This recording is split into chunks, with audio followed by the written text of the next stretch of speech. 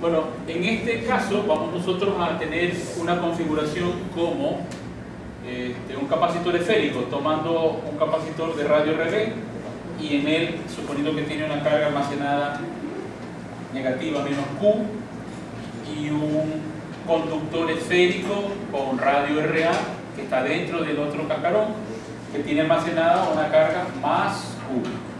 Entonces tenemos las condiciones ideales, ¿no? Dos conductores con iguales cargas pero con signos opuestos. Ahora, es de suponer que para que esto sea capacitor, obviamente estos conductores esféricos nunca pueden tocarse, porque en cuyo caso cuando se tocan se cortocircuitaría. Entonces, aunque no se ve aquí para fines didácticos, es de entender que entre ellos debe haber, no sé, una separación con aislantes para que estos estén separados, fijos, una distancia entre ellos, donde aquí va a haber, por ejemplo, un dieléctrico o simplemente el aire. Entonces los capacitores están separados. Por lo tanto, tratar de saber cuál es el campo eléctrico que existe en la región entre los dos conductores esféricos producto de la carga. Entonces aplicamos ley de Gauss. Tomo una gaussiana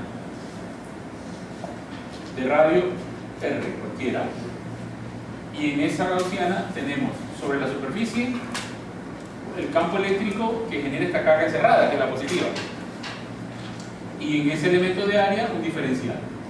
Notamos siempre que estos dos vectores forman un ángulo de 0 grados. Por lo tanto, cuando aplicamos ley de Gauss,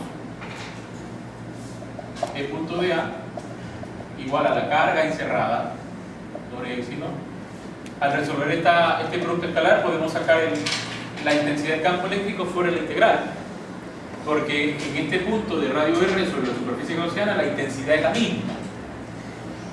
El coseno de 0 grados va a ser 1, por lo tanto me toca a mí evaluar el área de la gaussiana, nada más. Y la carga encerrada en este caso es la carga positiva Q en la esfera pequeña, dividido para el medio. Entonces el área de esa esfera sabemos todo que es 4pi R al cuadrado. Y esto es Q sobre épsilon. Por lo tanto, el campo eléctrico puede quedar como 1 sobre 4pi épsilon 0 por Q R al cuadrado. Obtenida la función de cómo varía el campo en este espacio, en esta región entre los conductores esféricos, el siguiente paso es calcular la diferencia potencial. Es decir, si yo tuviese una partícula, una carga de prueba, yo tengo una carga de prueba, Q sub 0, entonces aquí está actuando el campo eléctrico.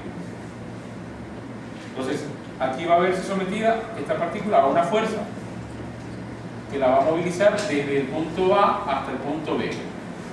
Entonces, el trabajo, de hecho, la diferencia potencial de A con respecto a B, que corresponde al trabajo que hace esa fuerza por unidad de carga, es simplemente la valoración de la integración del campo, producto punto con el diferencial de la trayectoria R, desde A hasta B.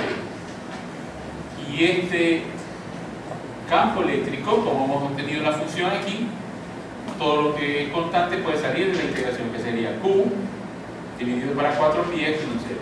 Y lo que queda dentro de la integral sería la variable R, ¿no? O sea, el diferencial para R al cuadrado. Como esa carga se va a mover desde esta superficie, ¿no?, que está a una distancia RA hasta otro cascarón que tiene distancia RB, entonces pongo, esto va desde RA hasta RB. La diferencia potencial, que la vamos a llamar AB, por lo tanto quedaría Q sobre 4pi epsilon 0 comprendido, bueno, la integración de esto sería menos 1 sobre R, ¿no? La integral de R a la menos 2 de R, que da menos 1 sobre R, desde RA hasta RB. Entonces esto me queda Q 4pi epsilon 0 y evaluado, como tengo el valor negativo, invierto los límites y primero evalúo RA, que daría 1 sobre RA menos 1 sobre RB. ¿De acuerdo? Entonces yo tengo aquí que el la diferencia potencial entre estos conductores esféricos es Q 4pi epsilon 0. Esto puede escribir como el producto de RA por RB, ¿no? Y arriba RB menos RA. Hagamos una pausa aquí. Mire que esto, aquí, usted tiene el potencial en un punto. ¿Cuál es el potencial en un punto? Para una carga puntual cualquiera. Carga QR.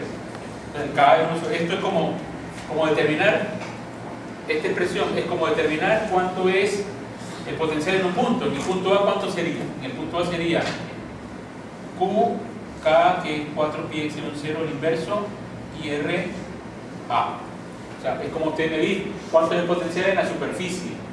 La superficie que potencial que tiene esta esfera de radio RA es esta, el potencial en el punto.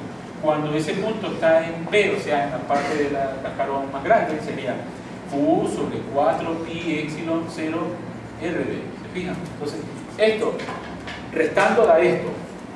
Entonces, el potencial de A menos el potencial de B. Claro, porque es que el potencial de A es más grande que el potencial de B, porque ese está en el positivo y el B está en el negativo. Entonces, el potencial de A, que es esto, menos el potencial de B, que es el del otro conductor, da esto, lo que hemos tenido por el proceso de integración de la función de campo. ¿Se dan cuenta? Bueno, volvamos a nuestra tarea. Nuestro objetivo, ¿cuál era? Calcular la capacitancia de un capacitor esférico. Entonces, paso 1, ¿no? Distinguir cómo está distribuida la carga, la forma, una esfera, otra esfera, entre ellas aire. Entonces, calculo el campo por ley de Gauss. Con el campo, luego, determino la diferencia potencial entre esos dos conductores. A partir de esta expresión, el tercer paso sería la definición. Fíjese usted. Si yo despejo 4, pongo 4pi epsilon 0, ¿no? Paso a la derecha. R por RA por RB, ¿no? Estoy hablando de esto. Y esto que está aquí pasa a dividir. Entonces queda dividido para RB menos RA. Por lo tanto, lo que queda a la derecha será Q que divide el voltaje. ¿Se da cuenta? Y identifica que la capacitancia de este dispositivo, por definición, es la carga que acumula uno de sus conductores, uno de sus cascarones, dividido para el voltaje. Esa es la definición de capacidad. Por lo tanto, lo que acabo de obtener aquí, que es epsilon, ¿verdad? 4pi RA por RB dividido para RB menos RA es la expresión para calcular la capacitancia de un capacitor esférico. Depende del medio. ¿Se acuerdan ustedes? Esto es para quién? Para un capacitor esférico. ¿Se acuerdan el de placas paralelas? ¿Cuál era el de placas paralelas? Dependía del medio, ¿verdad? ¿De qué más? Del área. Vamos a suponer que sea un conductor de placas paralelas en forma de cuadrado. Sería L por L, el área, ¿no? Y la distancia. Bueno, tiene la misma forma, aunque el fondo es distinto, porque acá dice, bueno, el medio sí está ahí. El área de las placas sería el cuadrado. El área de la esfera en promedio sería 4pi, valor de R promedio al cuadrado, dividido para la distancia, ¿no? RB menos RA. Claro, la distancia que hay aquí, ¿cuánto es? RB menos RA. Es más o menos la forma que tienen estas expresiones de la capacitancia, ¿no? Dependen del medio y de la geometría del dispositivo.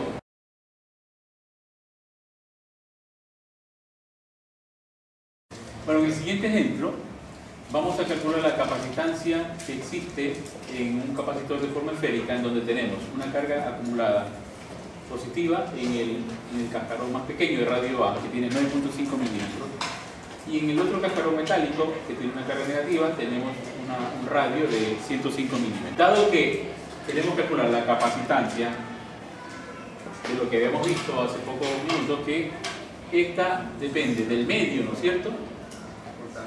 Depende también de la geometría, que sería el producto de estos radios y también de la distancia que separa a estos dos cascarones, que sería RB menos RA.